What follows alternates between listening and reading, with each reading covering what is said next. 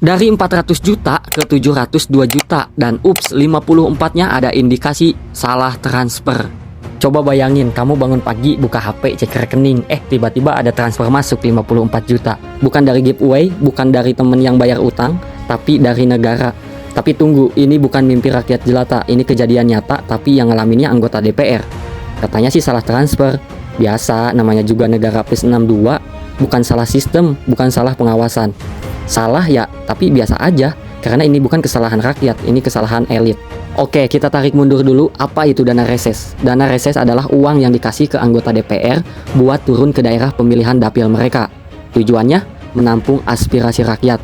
Bahasa halusnya, ngobrol sama konstituen, dengerin curhat warga, nyari masalah rakyat, lalu bawa ke Jakarta. Nah, waktu periode sebelumnya, dana reses itu sekitar 400 juta per anggota. Per masa reses, ingat, 1 tahun ada 3 kali masa reses. Artinya, anggota DPR bisa kantongi 1,2 miliar per tahun hanya dari kegiatan reses. Dan itu di luar gaji, tunjangan, dan fasilitas dan lain-lainnya. Nah, masuk ke periode DPR 2024-2029, tiba-tiba ada kabar dana reses naik jadi 702 juta.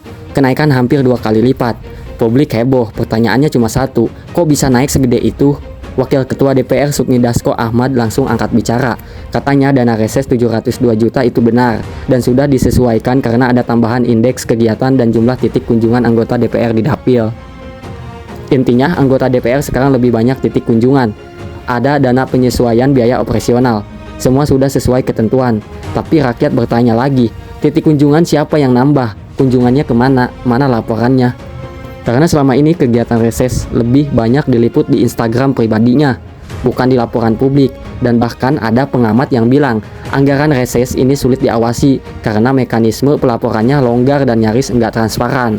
Nah, di tengah hebohnya angka 702 juta, muncul berita lebih bikin garuk kepala. Dana reses naik lagi jadi 756 juta. Naik 54 juta lagi. Warganet ngamuk, netizen bilang, baru juga dilantik udah gendutin anggaran. Tapi tenang, DPR langsung klarifikasi. Dasko lagi yang bicara. Itu tidak benar, dana reses tetap 702 juta.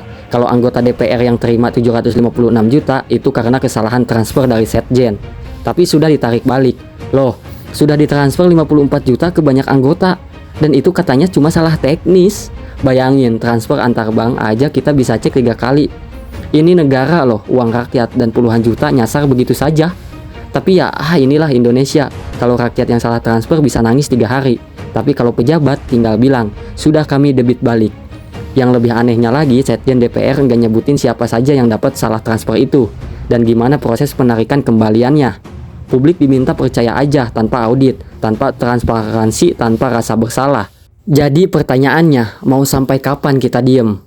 Kalau lo ngerasa kisah ini bikin kesel, sebarkan, tag temen, dan pertanyakan karena suara lo hari ini bisa cegah transfer aneh-aneh besok hari.